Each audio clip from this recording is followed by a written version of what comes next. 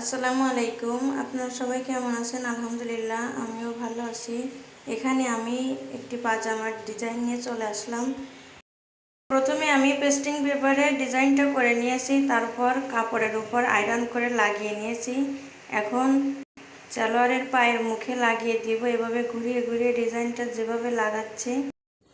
আর সালোয়ারের অংশটা সিধা সাইড রেখে সেলাই করে নিতে হবে।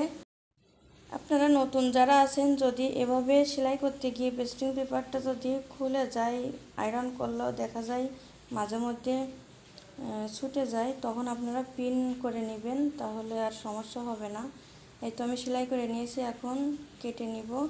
সাবধানে কাটবেন, যেহেতু এখানে সেলাই মুখে মুখে দেওয়া, সেলাইটা কেটে গেলে আবার ডিজাইনটা নষ্ট হয়ে যাবে। যাই হোক, আমি এখন এটা উল্টিয়ে নিব।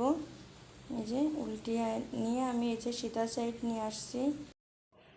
এখন আপনারা আয়রন করে নিতে পারেন, আয়রন করলে ফিনিশিংটা ভালো হবে। আমি আসলে আয়রন করি নাই ব্যস্ততার কারণে। এখন আমি একেবারে সাইড থেকে সেলাইটা দিয়ে দিব ঘুরিয়ে ঘুরিয়ে। আমার ভিডিওটা যদি আপনাদের কাছে ভালো লাগে তাহলে লাইক কমেন্ট করে যাবেন। আমি আবারও কিনারের সাইড থেকে আরেকটা করে সেলাই দিয়ে দিব। আমি দুটো করে সেলাই দিয়েছি, দেখতে ভালো লাগবে তার জন্য। এখন আমি উল্টা সাইডে মুখটা ভেঙে সেলাই করে নিব। এখানেও আমি দুটো করে সেলাই দিয়েছি, দেখতে ভালো লাগবে তার জন্য। এই তো আমি সেলাইটা শেষ করলাম। আজকের মতো এখানে বিদায় নিলাম। আপনারা সবাই ভালো থাকবেন। আল্লাহ হাফেজ।